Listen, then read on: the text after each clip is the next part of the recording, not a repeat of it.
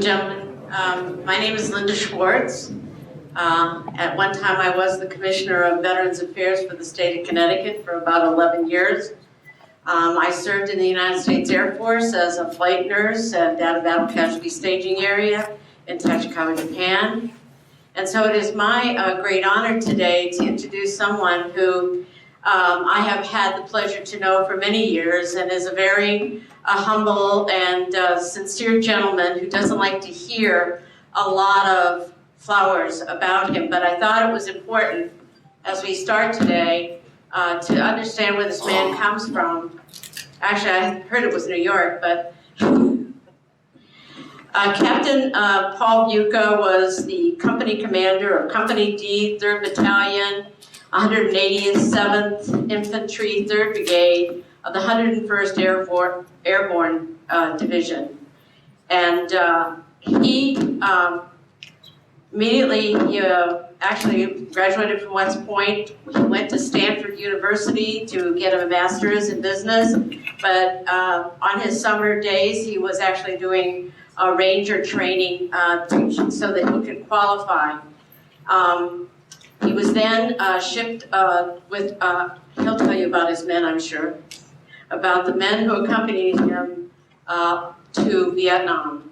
But most importantly, on March 16, 1968, Paul Bucha was the commanding officer of a reconnaissance-in-force mission that was inserted by helicopter near Phuoc Vinh, Binh Duong Province, to locate and destroy an enemy stronghold. When his men were pinned down by heavy machine gun fire, he crawled 40 meters through a hail of enemy fire to single-handedly destroy the bunker with grenades. Though wounded, upon seeing his unit's perimeter was about to be overrun, he ordered a withdrawal by providing covering fire. At one point during the night, he ordered his men to play dead, while he brought in friendly fire on the enemy. He also stood in full view of the enemy with a flashlight to direct the evacuation of 3 helicopters carrying the most seriously wounded from the field of battle. And for his actions, and this very conspicuous gallantry and intrepidity in action at the risk of his life, above and beyond the call of duty, Captain Bucha distinguished himself while serving as the commanding officer of Company D, and he received the Medal of Honor. In addition, he is also has a Bronze Star with B, Oak Leaf Cluster, a Purple Heart. And upon his return to the United States, he was assigned as a professor at West Point. If that wasn't enough, I would like to provide you with an after-action report of Captain Bucha. After serving in Vietnam and in faculty positions in West Point, he was a very successful business career. He formed his own international consulting company, but most important to all of us in this room and to every veteran in the United States of America, he became a veteran activist and advocate. He has served on many corporate boards, and he is an advisor to our own Connecticut Public Broadcasting Network. He has been a leader for the creation of the Fisher House Foundation, the creation of the Intrepid Fallen Heroes Fund, which supports families and wounded warriors. His list of contributions is endless, from the creation of the Vietnam Veterans Memorial in New York City to his own work helping us create the Connecticut State Veterans Memorial. And I am sure that he will continue to cross this land looking for a way to make things better. He has kept faith with his men, with our veterans, whether they served in World War II or they're just coming home today from Afghanistan. This gentleman has devoted his entire life to improving what we can provide to our veterans, and he is a ceaseless, believe me, advocate. So please join me in welcoming not only an American hero, but one of us who has exemplified the highest regard and devotion to our veterans.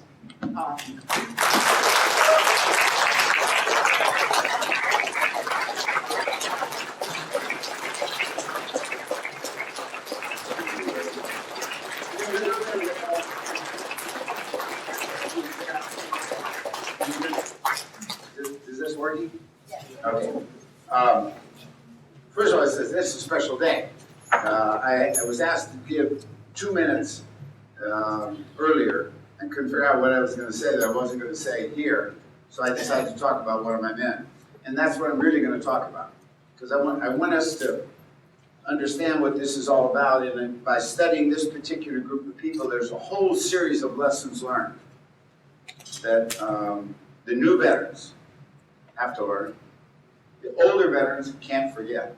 And those people who are family members, maybe it will help understand the perspective and maybe understand the conduct of their veteran at home. First of all, I have PTS. I don't have PTSD. I don't have PTSS, because God forbid, I don't know what a syndrome is, but it scares the hell out of me. So I do have PTS. And I think anybody who served in the military and a deployment has PTS. I don't think it's 30%, I think it's 100%. And because of that, PTS is the issue of the day, but it's an issue that goes back to Vietnam, where we learned the most about it. You can also track it all the way back to the Civil War. And there's a documentary called War Torn that does that. HBO sponsored, so we can learn about PTS. I'm having a battle with shrinks and psychologists because I refuse to use the word disorder in describing this malady. They want it because they fought 18 years to get it, so they can have a prescription and a diagnosis, which leads to a protocol of treatment and leads to a protocol of payment. And I don't really have a dog in that fight, because I don't mind if they get paid, but I don't want them to call any of the vets I know disorder. Sure as hell won't call me disorder, even though I have my issues, my wife will say. So let's talk a little bit about Delta Company 3rd and 187th. It was formed in 1967. 1967. Why? The Army had decided they were going to go to 4 rifle companies in every battalion. And these are just organizations. And every rifle company had 150 to 170 people. That was basically it. So you had 4 of those in a battalion. But how do you do it? You add 1 more to every one of the battalions in the whole Army. The last battalion was the battalion formed in the 3rd Brigade. So it was the 3rd Brigade, 3rd Battalion, added Delta Company, 3rd and 187th. The last company formed in the entire United States Army. There weren't a lot of really stars available to join this company, including myself. I was assigned it for 45 days alone. So I marched in parades with my guide on. I would say eyes left, eyes right. I'd salute, and then in the morning I would say, first platoon, and I would give all the commands and spin around and spot as if I had all these people. I ran the supply sergeant's thing. I typed my morning reports. I did it all. Now, why is that? The colonel in charge of the brigade said, "So where the hell have you been?" I said, "I've been to the Stanford Business School." And he said, "And what did you learn?" I said, "Well, I taught surfing, I taught scuba, I coached the swimming team, and I'm pretty good at counting." He said, "So you have a master's degree?" I said, "Yes, sir." And he said, "Well, there's a guy in this unit that's got 3 of them, so he won't be impressed with you." I said, "Well, I just want to meet him, and I think I'll do all right." He said, "You just met him and you failed." His name was Larry Maurer. He had 2 stars and a wreath on his CIB, which meant he had been in many wars down the line. So I got to know him, and he said, "I'm going to teach you how to be an officer." And that's when he said, "You're going to be in charge of your own company." And I was so excited until he told me I was the only one in it. And when they started filling it up, the first group of soldiers, 8 of them showed up. And I was so excited. I said, "I've got some soldiers." And I said, "How'd you do in AIT?" Basic. It turned out all 8 of them had failed. And at that time during the Vietnam War, when we were building up, it wasn't can you chew gum and walk at the same time. Either or was good enough, and you were into the Army. And that's what I had. And as I met with him, I asked him, I said, what do you want to do? And they flunked basic infantry training. I said, what could I do with it? And I had to teach him how to jump out of an airplane and do all that. That was yet to come. But what job would I give him? So I asked this one, and it's Lecker, and I said, what do you do? What do you know how to do? He said, I know how to make cars go fast. I said, well, we don't have any cars. He said, I make cars go fast. I said, no, we don't have any cars that make cars go fast. I said, where are you from? He said, Ducktown, Tennessee. And I immediately knew what kind of cars he knew how to make go very fast. And I said, well, how would you like to work in a motor pool? He said, I make cars go really fast.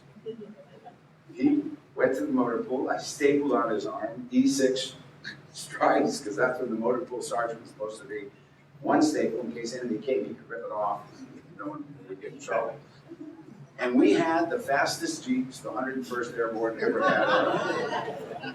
But nobody wanted him in their unit because that's what he said he could do. And that was all that he could do. At no time did Delta Company, 3rd of the 187, ever have one vehicle redlined during an inspection. Redline means there were problems with it. Not once. We went faster than anybody else, quieter than anybody else, and we had all vehicles ready at all times. Okay, so that shows you the group of kind of people we had. No one wanted them, but that was it. Now, they hadn't done anything wrong, because the next group that came, about 80 of them, walked by me, and one of them just pushed me out of the way. I said, hey, you're not supposed to do that, soldier, and you told me where I could go. Got to it, I heard him talking to the first sergeant. He said, let me make it very clear. If you think I'm going to salute me, you're nuts. He's never been to Vietnam. He's the only one in the 101st who has never been there.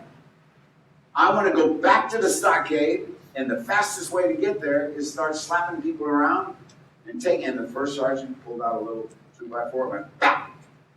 And down he went, carried him to his bunk, and I saw all 80 go through the same conversation with the 100 men. Pretty soon, they wouldn't argue with the first sergeant, but they were dead set on not going to Vietnam with me.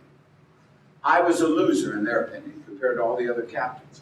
They were losers in the opinion of the entire 101st and basically society. Otherwise, they weren't in the stockade. And some of them been there for 7, 8, 9 years. Attempted murder, assault, and battery, and they had a choice. You can go to Vietnam and we'll let you out. And they said, if it's with him, no thanks, I'll go back. So that was what Delta Company was made of.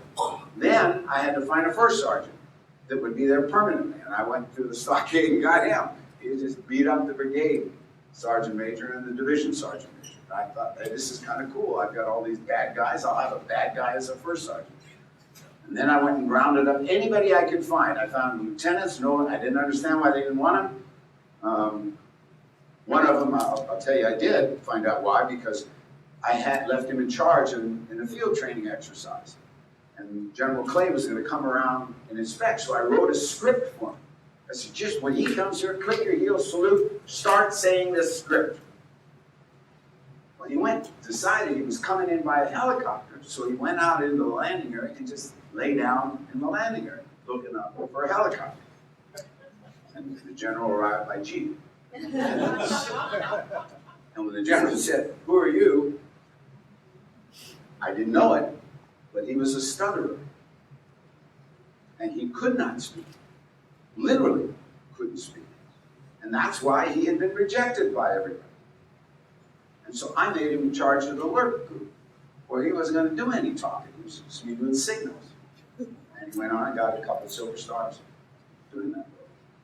But that's the unit. Okay? This is what the typical Vietnam-bound unit was in 1967-68.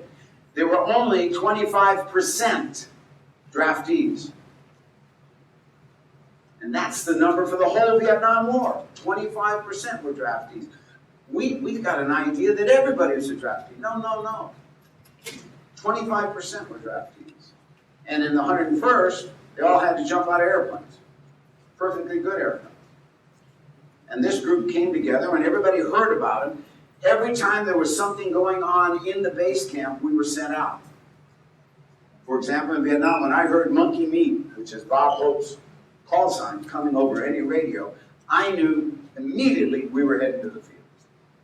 And usually, when we were in the field, things were so nice back at base camp, they never took us back in. And they would just send us elsewhere. And so we became the Ready Reaction Force for the Saigon area, I Corps and 2nd Corps. That's what this little company did. They got a name called the Clerks and Jerks. And everybody says, well, I know where the jerks come from. Where the clerks come from? All the generals sent their speechwriters to be invited. They were people who had master's degrees in Elizabethan literature and things like that. And they were sent to be, and they all had E6s, which meant they got to run things. So God forbid the person was writing speeches, he'd be even worse than I was. This unit went on, and when they left for Vietnam, I was briefed, told to my face in the public gathering, the Delta Company was the worst company ever being sent into combat under the flag of the United States of America. More convicted felons than any other unit ever assembled, more people who had flunked all the basic requirements to be in the Army than any other unit. That was a unit. That was a typical unit, though, that was going to war. And how did they do? Delta Company is the highest decorated unit in the history of the Vietnam War. Not while I was there, but for the 3 years it stayed. They were the ones that led the fight at Hamburger Hill under another one. They received more medals than any other unit. And the lesson that I said we get out of this is, one, we were told these people were worthless. We were told that they were losers. That's what everybody else who had not even met them thought. They went on to be the winners of winners. And the lesson was that this group of men being sent to fight for this country to a land they couldn't find on a map, whose language they could not speak, and whose culture they did not understand. This group of men that you judged because of what you read on the press reports, that they were all losers, dope addicts, all kinds of other issues, wasn't true when you looked at their performance. So when they returned, they were treated as if they were, in fact, what the press had told everybody we were. And as a result, it wasn't wrong to tell them, get out of here. Sorry, we don't have room for you. There's no job for you. That wasn't wrong, because you just were solving problems.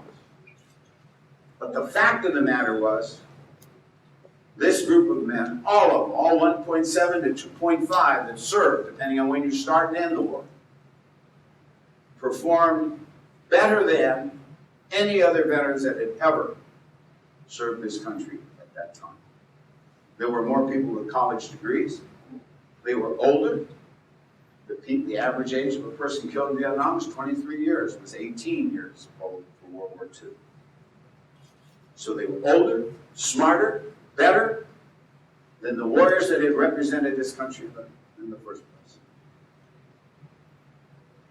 Now, who are they? They are captains of industry now. And every time I meet someone, I'm always shocked by the number of times I walk into a CEO's office and he will say, or she will say, hey, Vietnam, 1967, where were you? And I'm not even sure, no one around them knows about it, because they don't talk about it. And when they do talk about it, they talk about we. We. Here's what we did. Here's what my unit did. I have never heard any of them say, let me tell you what I did. That is a label that comes from Vietnam. It's called we, us, ours. And I have a theory. I have a real concern. Based on what I see in the press today, that the newer generation of veterans have stopped building the we and have started focusing on the I. To get that moment in the sun on CNN, they're willing to argue with each other. I can give you a number of examples. Osama bin Laden. Remember the whole thing about the Navy SEAL? The first person interviewed was the point man, and that first man up the stairs, who talked about how scared he was. He had no idea what was up in the second floor. He was walking up, he didn't know if it was going to be suicide bombers, 50 caliber machine guns, or just booby traps everywhere. And he was obviously scared. And he didn't know how many people. And when he got to the first floor, he saw an old man and an old woman and no weapons. And he reported in targeting control. And then sat back to try to figure out, now what do you do? Got this old guy that's the most feared man in the world right now, and I have control of him. 2-3 weeks after he's being interviewed, another man shows up and said, hey, I'm the guy that shot him. You should be talking to me. And people did. The question I was curious about was, if you weren't number one, why the hell did you shoot him? You can't. I understand. The Brian Williams thing. That ended up with 3 helicopter pilots trying to say the other 2 didn't know anything. You think about that. It's constant debating for the benefit of I. The sad part, the greatest gift that each of us who served in Vietnam has received is the love and bond with the men we served with in that country. And if you focus on what you do, that bond doesn't include you. That love gets rid of you, rejection. And that's something we have to think about. Those who are Vietnam vets, help these younger vets. Encourage them to never put down the fact they were with a unit. Stop focusing on themselves. Because benefits are given to the group. And if the group disintegrates, as sure as I'm standing here, the benefits start being detracted and withdrawn. So that's one of the issues, one of the lessons that came out of this war. Most importantly, I want to just tell you how the units came home. And I think this is a story that is very important. I got on the plane, they picked me up, and we were in the highlands at that time, and God knows why we were in the highlands. We've been down in the Delta, we've been in Cambodia, we've been everywhere. And they said, you're going to the highlands. I went to the highlands, and I'm standing on the side of a mountain, and on the radio, I said, what do you want us? And they keep telling us, well, maybe we'll send you to the Delta, or we'll send you to Dot Pet, and which is where Cambodia, Laos, and Vietnam all come together.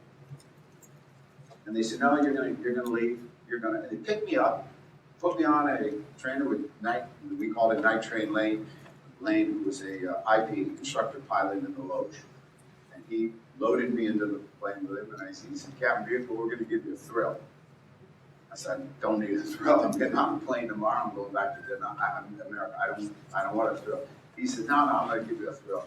And he flew under every bridge from the highlands to Saigon. And those of you who don't know, oftentimes they would put wires under the bridge so that the planes couldn't fly under. He flew under everyone. And if he didn't have one in shorter, he'd go find it. He was off the course. And we flew under. By the time we got there, I was petrified. I knew I wasn't going to get shot, but I sure as hell thought I was going to die in an airplane crash. So I'm sitting in Long Binh, in Thompson. And they tell everybody to go to the flight on Seaboard Airline. I'm the only officer. And as I watch everybody load the plane, I see every person, every single one, walking like this. As if they were carrying a 50-pound or 100-pound rucksack on their back. They had that combat slope. And they had long hair. They were dirty. They were survivors. They didn't have any medals. They didn't have anything like that. They just had their stuff. And they looked like a bunch of bums, to be honest, except they were in uniform. We got on the plane, and I sat in the last row, back by the John, and I watched this group of soldiers. And they just got further down in their seats. Some were sleeping. None of them were happy. They were just survivors. I think they were thinking of those who had not survived. And then all of a sudden the pilot says, as we're taking off from the flying, he says, 30 minutes to touchdown in Travis Air Force Base. all of a sudden the seats in the plane shot up.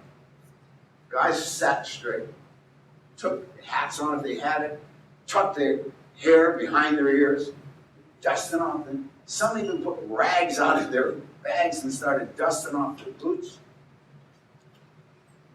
And then they started putting their medals on. Most important of which was the CID. It takes 45 days to get it in Vietnam. You were in combat 45 days. And they were putting them on. And they didn't put the silver star little, they put the whole big Camilla on there. And they put all the medals, they were arriving back in America. 30 minutes. And I said, wow, how cool is this? They had survived, but they had proven their mettle, and they knew it. We landed, eventually the door opened. It was a cold November night, the day before Thanksgiving, about 11 o'clock at night. One of those Northern California nights where the stars are sparkling and everything's crisp. And the loudspeaker says, all right, knock off the noise. Enlisted on the left, officers on the right, we'll get you out of here as soon as possible. On one of the walls was a kind of a sparkling sign that said, welcome home, but there were no lights over there. You couldn't see it. Since I was off the plane last, I was looking around at these things. And I was standing just at the base. There was one guy behind me who had gone to the John. And I was looking up the line to see what they were doing. Because this group of people first came back to the slouch. They were all leaning over. Like they were going to fall asleep on the floor. And then I saw them turning around and doing something to the person behind them. I was kind of curious, what is it? And it came down to me. And the kid in front of me turns around and said, welcome home, sir. I love you. And hugged me. And I turned around to this little guy that had been in the John. He's wearing a silver star. He was medics. And he reached up and said, sir, welcome home. I love you. I didn't know that that was going on at countless other points of arrival. Wasn't aware of it. I didn't know at that time that 40 years later we would still greet each other by saying, welcome home, and hugging each other. I didn't know that. I know it now. But I also know that that group of men, there weren't that many women, there were a few, and those few were courageous beyond anything. Because there were thousands of guys always carrying the weapons, and oftentimes they were behind without weapons. And when the attacks on the bases came, they didn't have the way to take the metal of the enemy. They were the victims, oftentimes. So there were women mixed in these groups. But what we all came to realize, since we were rejected by the society upon arriving back in the country, we didn't get angry. We basically said, what the hell? And who did we turn to for validation of our service? Because that's what you want from the crowds that see you when you come home, to tell you, well done, welcome home. We turn to each other. I've probably been to 1,000 ceremonies for little monuments and changing street names to huge ticker tape parades. And in each and every one, it's the Vietnam veteran saying to the other one, welcome home, well done. We did it. We realized that our peers are the source of our validation. And that's good. We benefit from not being welcomed home. So everybody that sees, thank you for your service, to the point it becomes pejorative. Today, thank you for your service, and they keep going. There's an ad. You see it on television, Budweiser. And it's all these people sitting in the airport, and in comes some vets in their BDUs, camouflage, with their big rucksacks, and everybody stands up and claps. For 13 seconds, they clap. Why 13 seconds? Because they're too damn busy. They got other things to go do. They don't say, hey, where are you from? What can I do for you? just like they didn't to us. But we've got this idea that thank you for your service in 13 seconds is enough. And it isn't. And so therefore, in as good as we think it is, it's not very good. And think about it. How often you see people slap them on the back, thank you for your service, and walk right on that. For all they know, this kid looking up at that sign in these airports that are huge, it might be the first time he or she has ever been at an airport on their own, looking for a flight. Because they sure as hell didn't get there on the military flight. They came into another base, were put in a bus and dumped at an airport. What about a kid like this, my guy, Ducktown, Tennessee? He's sitting there looking, he can't see Ducktown, Tennessee on the map. I gotta get home, mom's having a party. I've never been here before. No Ducktown. If one of these people who, instead of saying, thank you for your service, said, how you doing? Can I help you? Maybe he would say, how do I find Ducktown, Tennessee? He or she would say, can I see your ticket? It's got NSH. Is Ducktown near Nashville? Oh, yeah. You're flying to Nashville. Oh, there it is. Well, look at all the Nashville flights. Which one is it? You might help. You might help that kid get home to the most important event in his or her life. That welcome home that a proud family throws to those who've gone to the gates of hell and survived and are coming home. But we're too damn busy. We're too busy. And that means we got things that are far more important. Now, the reason I mention that, I was standing in D.C. with an E6 and his wife when a person slapped him on the back and said, thank you for your service. He was there to bury 4 people he had served with at Arlington. And he tore into that person. He says, you don't give a damn about my service. And he went into him. I said, no. He says, no, I've had it.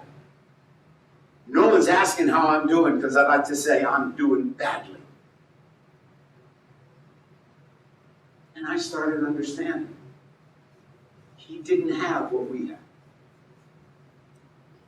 Thousands of other guys treated the same way who would say, how you doing? Who'd do it 40 years after the war. I get a call every other day from one of the men or someone who knew my men. One of the guys in mine just got his disability claims for 100% PTSD disability rating, and they rejected his claims. He'd gone to the VA 35 years ago with the same issue. And they just said, look, we're not going to pay you. And I told some people at the VA, bang, they paid him. So there are people today in our generation who still need the help. And they turn to us for that help. They don't go to the VA. They don't trust the VA. They count on their buddies. And that's good. That's good. Because that's the thing that makes this war so unique. Now, when I see these kinds of things going on, I see my role, and therefore your role, is to try to say, can I help you? And no matter how painfully obvious that this is going to be a big deal, and it's going to take a lot of time, when you do help that person solve that obstacle, that challenge, the reward is so great because the thank you you receive is pure. It's not a formality. And it's normally accompanied by tears. So I would encourage you, if you have the opportunity, reach out. if you see a young man or woman in the BDUs and an airplane, ask them where they're from. How's it going? What are you here for? You might find out they're there for an internment. You might find out that, they re-enlisted but got rejected. You never know what they might be, but you might be able to just say, can I help you? And that would be the greatest thing at that moment. I can tell you the night when I got home, after Travis, they dumped us at the airport in San Francisco. I couldn't get to LA because all the clouds and the smog and all that stuff, I was stuck in the airport. So I stood where all the vets were coming in, the soldiers were coming in trying to get, and every time they get pushed out of the way by a businessman, I'd grab the businessman and say, no, take the kid in front of him. I did that from like 10 o'clock at night till 3 in the morning. And those kids were so happy and grateful that I said, I'm alive because of them. I'm going on. I resign from the Army. I'm going to make it up. I give them 1 day a week on average to vets. As a result, I get to go all over this country. Some of the most godforsaken places in the country, I'll be honest. Mount Snow, the first week in November when it's raining and 30 degrees. And the resort's not open, but the Army recruiters are there. In a black tie dinner with their wives and girlfriends or their husbands and boyfriends. Because that's all they can afford, is that empty ballroom at Mount Snow when no one else wants it. The Army can afford to rent it and let them say to each other, well done. You go there and they say, God, who the hell are you? You're not one of us. And there's something to do. And each and every one of us can do that. So I want you to think about these opportunities that you have to continue serving. I want you to think about what you can do for these kids. I want you to have the courage to tell them, don't talk about me, I. Talk about we. Include your men. You will regret it in the long run if you don't. That's a lesson we can teach. And it's an important lesson that will serve this country invaluably for decades to come. Now, one of the last things I said I would do is, anybody have any questions for me about anything? I had the privilege of serving at West Point with this gentleman who taught Russian at West Point. And so I have several people in the room. Is our senator here? No, excuse me, go ahead. Back in '67 and '68, Yeah. the American Legion and the VFW were very supportive of the war. And they were chock full of veterans from World War II and the Korean War. Yeah. What did they do to welcome back to Vietnam? In some places, they were very active. But remember, our base, when we came back, you came back California, basically Hawaii, some places in the east. You went to these major urban centers where you weren't going to take an American Legion group there. They might have a little thing. It's not like they have now, where they have American Legion Honor Guards, which are huge. I got out of a plane wearing blue jeans and a white T-shirt and a thing on my thing, and I walked out of the plane. I saw all these guys with flags, and I said, "Geez!" And I ducked down and I got out of the way. They were all lining the airport. They were everywhere. And I asked the guys, "What's this about?" He said, "Oh, a guy with the Medal of Honor is coming. His name's Bucha." So I went over there. I said, "I got a problem. I got to get back out by the plane in the inside so I can come back out." Because I went around them. And we didn't have that, right? We didn't have that. And I'm not sure it would have been better than what we ended up having in hindsight, which was ourselves. Ourselves. We didn't need the World War II guys. Now, I'll give you an example of how it was. And I had an American Legion banquet during inauguration. I'm not sure whose inauguration it was. Medal of Honor people are always brought back. And so they had this huge banquet hosted by the American Legion in D.C. And the Medal of Honor president of our society, there were then 300, 400 medals, now there were 70 some others. And he's introducing the Medal of Honor recipients. And here we are from World War II, you know, and they're cheering. And in Korea, which surprised me, getting Korea, well, I thought it was worse than we, but Korea, they're all gay. And he says, now the next group I'd like to introduce. You might not believe, and he's saying this to this audience, you might not think they're really vets. But really, they ought to be. So I'd like you to, come on, I want you to applaud for these guys. Well, the Vietnam guys stand up. I said, what did you say? He said, and they all went, that was it. And we sat back down and said, what? And I went to talk to him. I said, where do you come off saying you might not think they're vets? You can't just, he said, that's what we World War II guys. Unfortunately, that's kind of the image you have. And I said, well, that's not going to get any better if you keep saying it. And it wasn't a mean. He was trying to help encourage people to give us a hearty welcome. But I was stunned that he was thinking that way. And he was a good friend of mine. So obviously when he talked to me, he was doing me a favor. And so that gives you another idea of the latent issues that were there during this. And it's because we went differently. We went over individually. We came home individually. We didn't get on a boat with our entire brigade, sail off across the raging oceans to meet the Huns on the battlefield. We didn't do that. You got on an airline, you sat there, and you went there, and then someone said, you're being assigned to XYZ platoon in such and such company. You got there, and you said, okay, how many been here 12 months? Okay, how about 11 months? How about 10? You got down to 7, you started thinking, where are the people that are supposed to be short timers? They were already gone. And that's why you were going over. So you didn't go the way they went. Okay? And by the way, I'm a member of all those groups, and I happen to think, thank God we have them, because the people in Washington take them very seriously. Okay? Any other questions? Yes, sir. You said that that your unit was like a misfit unit.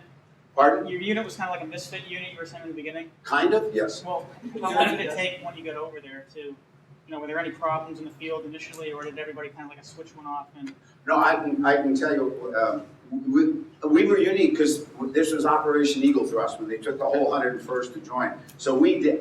My trip to Vietnam was on a 101st airplane, right? Air Force flying it. They picked us up at Fort Campbell, and off we went. And I can tell you about. So we were in training. And we were in training in Fort Campbell, and I was always in the field. I wouldn't bring them into the barracks. I let them stay in the barracks one weekend, and they beat up everybody. And I said, Jesus. And I said, well, we're going back in the field. And the colonel said to me once, since you're the only ranger guy here, what I'd like you to do is teach survival. And I said, I'm thinking, God, with my company, I'm having enough trouble. I don't want to teach survival. He said, I want you to teach survival. One of your sergeants, Dickie Quick, was a ranger guy. And since nobody believes in you, me personally, you better do something to get their attention, as the colonel told me, because otherwise they're going to eat your lunch. So I'm like this, and 500 people in the field, and I've got them for 2 days, and I'm teaching them survival training. And I said to Dickie, give me some chickens. We'll teach them how to kill the chicken, and they can cook it and eat it out of a can, that kind of thing. So these mangy chickens at Fort Campbell, I've never seen chickens look like this. And they're all stacked up over there, and no one's listening to me. I'm talking, and they're turning their backs, and they're talking to everybody else, and my sergeant said, do something, do something. I said, Jesus. I said, all right, how do we kill a chicken? And no one's listening. I said, how does a leg kill a chicken? That means the person who doesn't jump out of a perfectly good airplane. So they're called legs. It means they walk. I said, how does a leg kill a chicken? The guy said, chops the head off. I said, you got it. Give me a chicken. And Dickie throws it this chicken. I grab it and I whack it off with my bayonet and I throw it out there. And these chickens are, and I do 12 of them. And they're running around like this, in a room like this, and chickens would run around squirting you. You'd say, well, and pretty soon people are looking, what the nutcase stuff they're doing? And I said, okay. How does a paratroop, an airborne soldier, kill a chicken? The guy says, he rings the neck. I said, you got it. If you told the chicken, if you ring, you snap it, the head stays in your hand, and the chicken goes off. Unfortunately, it's got a long neck and it squirts all over. So I do 12 of those. And then there's a point to the story. It's a serious point. I then said, how does an airborne ranger kill a chicken? And the fat kid 3 rows back, and it always is this guy. He eats it. He bites the head off. I said, you got it, soldier. Come on up here. And he says, no. And then I look out and I say, I've got everybody's attention. I've got everybody's attention. They don't want to be picked to come up and eat you. So I said, Dickie. And he said, no, sir. I said, no, just give me a chicken. He said, no, sir, no. I said, just give me a chicken. So I bit the head off a chicken. I bit the head off 12 chickens. And the room was as hushed, and then the field was as hushed as it is now. I could hear anything. Cricket crawling, I could hear it. It was so quiet. I said, all right, 10 shot, bam, they were out of their seats, right? I said, wow, this is cool. I got their attention. Turn left, turn right, and these guys, whatever I said for the whole 2 days, boom, boom, boom, they were good. And Sergeant Quick says, sir, that was disgusting. I said, wow, got their attention. He said, yeah, you did. Well done. So I get everybody back in. Tuesday was officers' club. We're on the weekend, we're on the field. I walk in the officers' club, and the brigade commander says, Bucha, get over here. And he says, did you bite the head off a chicken? I said, what? 12 of them, sir. And he says, that is the most disgusting thing I've ever heard. I said, well, it's really not that bad. And I started telling him, he says, oh, come on. I said, it's for effect. You get a little feather with a little blood, and it makes their attention. And he said, now you've created a problem. I said, what's up, man? I had a great training. He says, we're inundated with requests to transfer to Delta Company 3rd of the 187. You're the meanest, baddest guy on the planet. And that made my men really proud, because wherever they go, where I'm Delta Company, where the company commander bites the head off chickens. So coming there, we were a unit. And we had no casualties. We arrived before Thanksgiving. We had no casualties until after 10. And it got to the point where people, and all the other units were, and we were in combat more than anybody else. We just had this, something was going on. And the other units, every once in a while, like a company commander in one of the companies called me, he's about it ready. He says, get over here, I need help. And the guy had an M16 up against his head, demanding transfer to our unit because he had lost an entire platoon. And they wanted to transfer him. And we had this magic. We wouldn't, people said, well, we'll put drive trucks. No, we're not getting on those trucks because they might get blown up, but we'll walk. And we never stayed in a night perimeter. In Vietnam, someone came up with this idea, all the units hold hands, and you surround the bad guys, and then it gets night. It's like getting in a room, everybody holds hand, and put 3 or 4 people in the middle and turn the light out, right? And they're gonna pick a spot and bash you. And I thought, this is the dumbest idea I've ever heard. It was called a cordon operation. So we refused to do it. And then they said, well, there's another way. You do the night perimeter, and you invite them, you give all these things, and they'll all come and attack, and then you kill them. I said, I would prefer them not to know I'm here.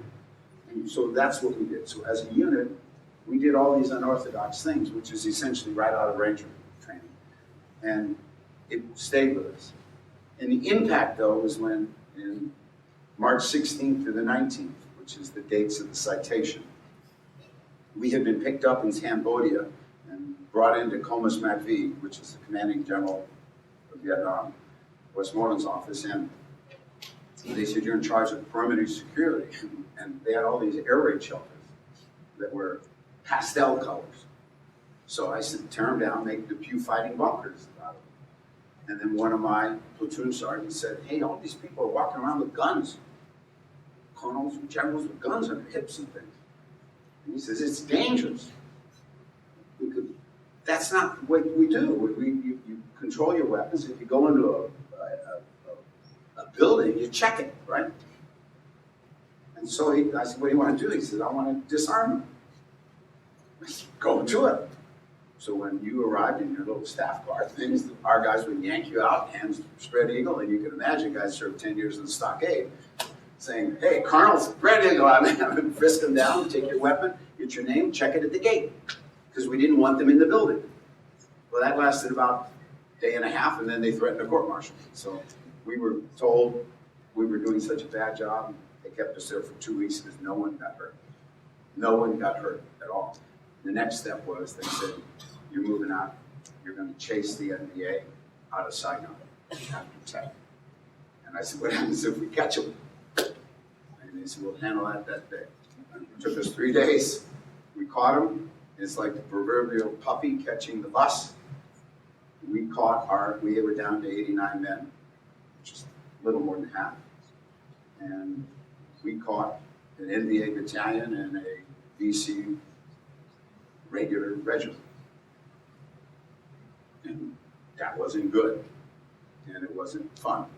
But that unit performed in that environment just like they performed at Fort Campbell. They did what they were told, except for somehow the special guys, the special leaders that I said, like Estrada, take your gun, guard the flank, take 4 people with you. He would normally say, got it, sir, be back in a half hour, or something like that, just as a joke. He saluted. Doc Moore, our medic, said to me when we first engaged him, he said, I gotta go, this is my time. Normally he would say, I'll be back for cocoa, because we would in the middle of the night sneak out and make cocoa in a hole. He didn't. He died. Each of the people killed that night, all 10 of them, let me know they were going to. And they knew that what we were asking them to do wasn't going to work. And then this group that got cut off, the 3 guys that got killed in that, I had sent them there to help. And Calvin Heath rescued, which was the guy I mentioned today earlier. He's from Cheshire, Connecticut, India. He lay across his lieutenant all night long so that no one could see that the lieutenant was breathing. But he had severely injured neck. Calvin covered him in his own blood, and the ache was so bad the NVA sat on him and ate in the morning. So Calvin killed him with his bayonet because he was afraid the guy would see him start to shake. And then he crawled through the jungle to say, some of us are okay. And whereas my brain had said 14, came out to be 10. So, any other questions? Yes, sir. Did you ever consider the irony that on the same date of your citation of March 16th to the 19th was the My Lai massacre in 1968 with Lieutenant Calloway? No. No. Never thought of that. We were first. I'm an accountant, so numbers and associations come easy to me. So Right. It's an irony between the heroics and all the good stuff that you did to represent the best of the Army, let's call it, Well, versus that. that's kind of you. I can say this. What I did was, I like to think least risk and logical. Yeah. What my men did was unbelievably heroic.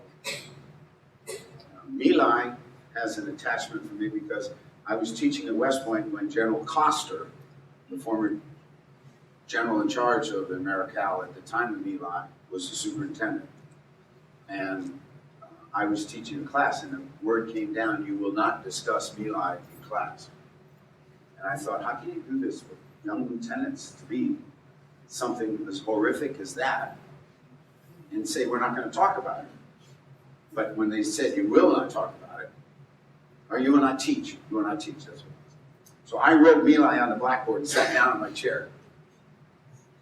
And a young cadet named Dick Cody, former Vice Chief of Staff of the Army, said, what's that about? I said, what? He said, My Lai. I said, oh, what about My Lai? He said, well, what do you think of it? I said, oh, I've done classes. And let me tell you what we think of it. So and I got reprimanded for that. And it's one of the proudest days of my life. So, maybe that's a good question. I had not thought. Any other questions? Yes, sir. I was reading the book Forgotten Hero, and a coworker, I don't know, Bill Heaney, Right. one of your guys. He's down at Yale. His wife is. That's his wife, so Yeah. it's I'm only halfway through so far, but if anyone is interested in this, that's This a is really a- great book. Calvin Heath is this phenomenal kid. soft-spoken, that in my citation it says that Linda read, it says he instructed his men to fit. I told Calvin, turn your radio off and play dead. I hope I'll be back tomorrow. And click off, he went, that's when he assumed the position across as lieutenant. And when he came to the States, those of you who weren't out there earlier, when he came to the States, since all his wounds were on his back, he was sent all the way to Fort Carson, Colorado. And people wondered, how did you get shot up in the back? Well, the way it was, he was rescuing these people, going to a landing strip when the VC let off a claymore mine behind him to knock him forward. And that's why he had all these wounds in his back. Well, there was a lieutenant in whose platoon he had been assigned, even though he was in the hospital, who pulled up his records and found out that story wasn't reflected anywhere. He had no Purple Heart, he had no Silver Star, he had nothing. There was nothing in there about being wounded in combat or anything, because the general was too busy to go to the hospital and pin on the impact medals before they left.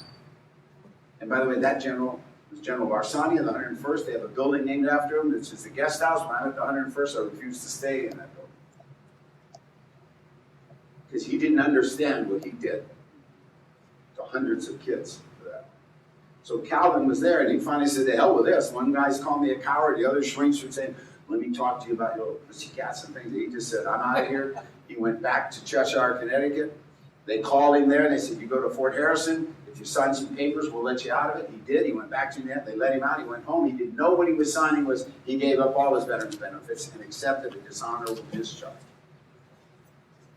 having done nothing wrong.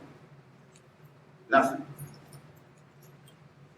And some 30, 40 years later, he called me and said, "I need help. I have to go get some counseling." And I said, "I'll bet you do. I go to the VA." He said, "I can't go to the VA." I said, "Why not?" He said, "Because I don't have benefits." I said, "With your Silver Star and Bronze Star, what do you mean you don't have benefits?" He said, "I never got one." "What?" He said, "I never got one, and I need help." So I called the VA, and they went and saw him right away. But I went down to Washington, and I said, "I got a problem. This damn general," and I was not kind about it, and I will never be the rest of my life, did this, and this kid has suffered. I got to get him his back disability. I got to get him his Bronze Star, his Silver Star, and his Purple Heart, and I got to get him his better discharge. And they said, "Well, it'll take a while." I said, "I don't care how long it takes, but if it takes more than a week or two, pox on your house for this. This is a mistake." And it took us about 2 months. And this is a good way to end it. There's a lesson Calvin taught me. Calvin got his medal from the congressman, Sam Gadenson in Cheshire, who started reading. He didn't pronounce his name right. I said, "Look, I don't need to read it. I'll tell you what he did." So I told everybody that we did. He pinned it on. Calvin said, "Thank you, Mr. Congressman. You can leave." But he said, "Oh, God." He takes his medal. I said, "Well, stomp on it or something." And he turned around and said to me, "Would you pin it on?" And I started crying.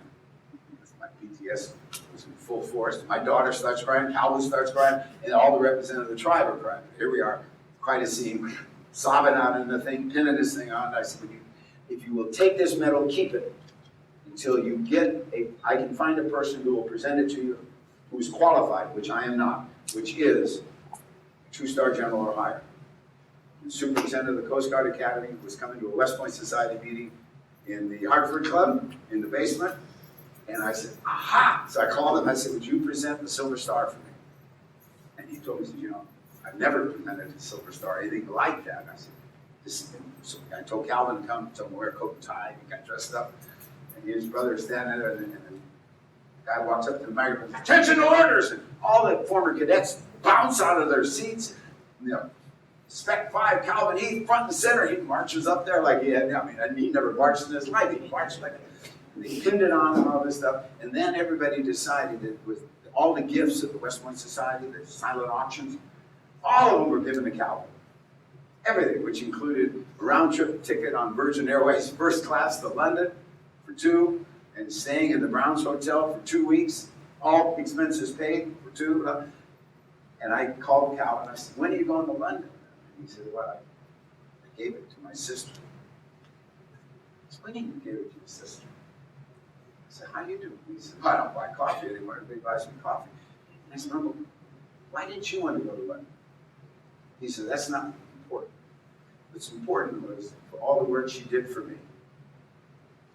When my dad wouldn't talk to me because his father knew his son was a coward based on the war. She raised me. She was my mother. She was my father. She was my sister. So I gave her the ability. And I said, and all the other stuff, $50,000 back disability, so I gave it to her too. And I said, why? He said, you can't forget those. And I can't forget those. Who didn't need me to receive a medal to give me respect and love. Kid never went to high school. But he learned a lesson that professors of philosophy and ethics may never learn. And that's the book you're talking about. And Calvin is a wonderful kid. A kid to me, but last time I saw him, he was all gray. Wonderful kid. He passed away a few months ago with this Agent Orange-related cancer. So that's his way to anecdote to maybe close, saying that's what Vietnam veterans are. That's who they are. That's what they are. They're really, really special people. And they deserve from us as a society a great thank you. Not benefits, but a thank you. But unfortunately, they already got it from each other. God bless you all.